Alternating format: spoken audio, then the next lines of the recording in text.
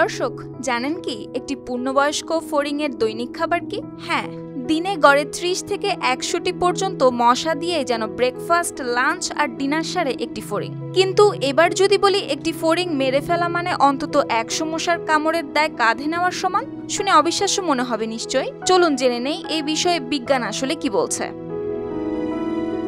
প্রকৃতি আমাদের হাতে দিয়েছে মশা দমনের অসাধারণ এক সৈনিক ফড়িং।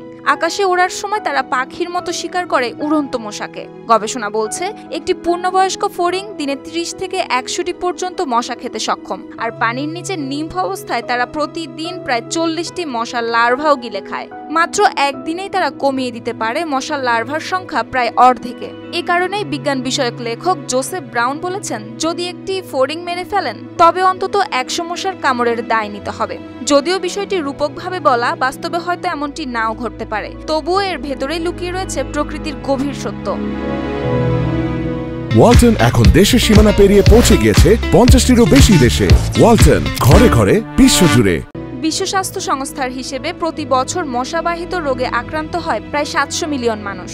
ডেঙ্গু, ম্যালেরিয়া, চিকুনগুনিয়া আর জিকা ভাইরাসে আক্রান্ত হয়ে মারা যায় প্রায় 7 লাখ মানুষ। ভয়াবহ এই পরিস্থিতি সামলাতে মানুষ কয়েল, স্প্রে, মশারি কিংবা ফগিংয়ে খরচ করছে কোটি কোটি টাকা। অথচ ফড়িং নামের এই ছোট্ট শিকারী প্রাকৃতিকভাবে মশার সংখ্যা নিয়ন্ত্রণ করে আসছে হাজার বছর আগে থেকেই। শুধু মশা নয়, ফড়িং পরিবেশের ভারসাম্য রক্ষাতেও অত্যন্ত গুরুত্বপূর্ণ। তাদের উপস্থিতি বলে দেয় কোন জলাশয়ের পানি কতটা পরিষ্কার। আবার তারা নিজেরাও অনেক সময় খাদ্য হয়ে ওঠে মাছ, ব্যাঙ কিংবা পাখির। অর্থাৎ ফড়িং বাঁচলে বেঁচে থাকে খাদ্য শৃঙ্খল। তাহলে অনেকের মনে হয়তো প্রশ্ন জাগতেই পারে, যখন মশার জন্য প্রাণঘাতী শত্রুর বিরুদ্ধে প্রকৃতি নিজেই আমাদের হাতে তুলে দিয়েছেন এক অনন্য অস্ত্র, তখন কি আমাদের এই ক্ষুদ্র সহযোদ্ধাদের রক্ষা করা উচিত নয়? সুপ্তি রায়, RTV।